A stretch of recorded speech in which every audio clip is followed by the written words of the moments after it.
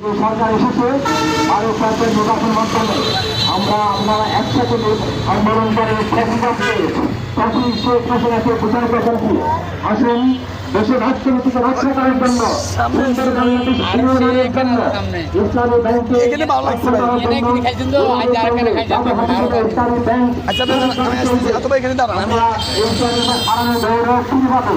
আমরা সেই পথে আগানোর জন্য চেষ্টা করি।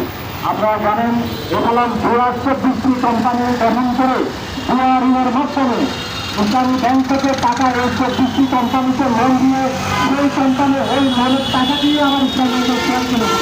আসলে এখানের কোনো টাকা ইসলামী ব্যাংকে নেই। এখানে ইসলামী ব্যাংক থেকে প্রায় ৭০,০০০ কোটি টাকা পাচার করেছে। আপনারা ইতিমধ্যে জেনে থাকবেন সাইপ্রাসে প্রায় $৮ বিলিয়ন সাইপ্রাস সরকার আটক করেছে। কিন্তু বাংলাদেশ ব্যাংকে আমরা আহ্বান জানাবো, বাংলাদেশ ব্যাংক এবং বাংলাদেশ সরকার কার্যকর পদক্ষেপ নিয়ে সাইপ্রাসে যে $৮ বিলিয়ন আটক করেছে সেই টাকা উদ্ধার করে ইসলামী ব্যাংকে প্রায় ৭০,০০০ কোটি টাকা, সেই ইসলামী ব্যাংকের ৭০,০০০ কোটি টাকা আপনারা ফেরত দেওয়ার ব্যবস্থা করুন। এবং বাকি টাকা যে ৫টি ব্যাংক সমন্বিত যে ৫টি ইসলামী ব্যাংক আছে ওদের টাকা আছে, আমরা দাবি করবো, আশা করবো প্রথম ইসলামী ব্যাংকের ৭০,০০০ কোটি টাকা ইসলাম যে ঋণের মাধ্যমে নিয়েছে সেটা ফেরত দেওয়ার ব্যবস্থা করুন। এবং বাকি টাকা সাইপ্রাস থেকে এনে সম্মিলিত বাকি ৫টি ব্যাংকে ওদের টাকা ফেরত দিয়ে ওদেরকে ইসলামিক ব্যাংকিং কার্যক্রমের জন্য সহযোগিতা করুন। আপনারা জানেন ইতিমধ্যে প্রায় বাংলাদেশ ব্যাংক প্রায় প্রণোদনা হিসাবে ৫টি ইসলামিক ব্যাংকে ৩৫,০০০ কোটি টাকা ঋণ দিয়েছে প্রণোদনা হিসাবে।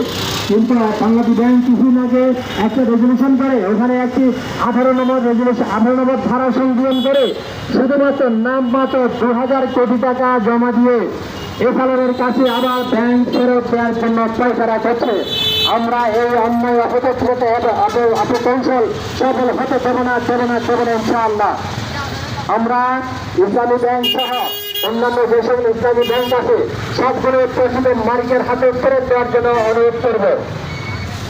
আমরা অবিলম্বে খুরশিদ আলমকে বহিষ্কার এবং তার প্রতাপ্তা এফআলএর সহযোগী এই যে যারা আছে তাদেরকে ইসলামী ব্যাংক থেকে বহিষ্কার করতে হবে।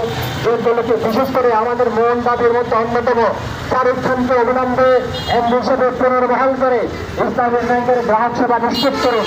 না হয় আমরা যুগপৎ আন্দোলন গড়ে তুলব বাংলাদেশের আবেদন জনতার সাথে নিয়ে। প্রত্যেককে এই উত্তপ্ত রোদের মধ্যে মানববন্ধন অন্বেষণ করার জন্য ধন্যবাদ এবং মোবারকবাদ জানিয়ে এবং আমি আবারও সরকারকে আহ্বান এবং বিশ্বাস রাখতে চাই, আশা করছি সরকার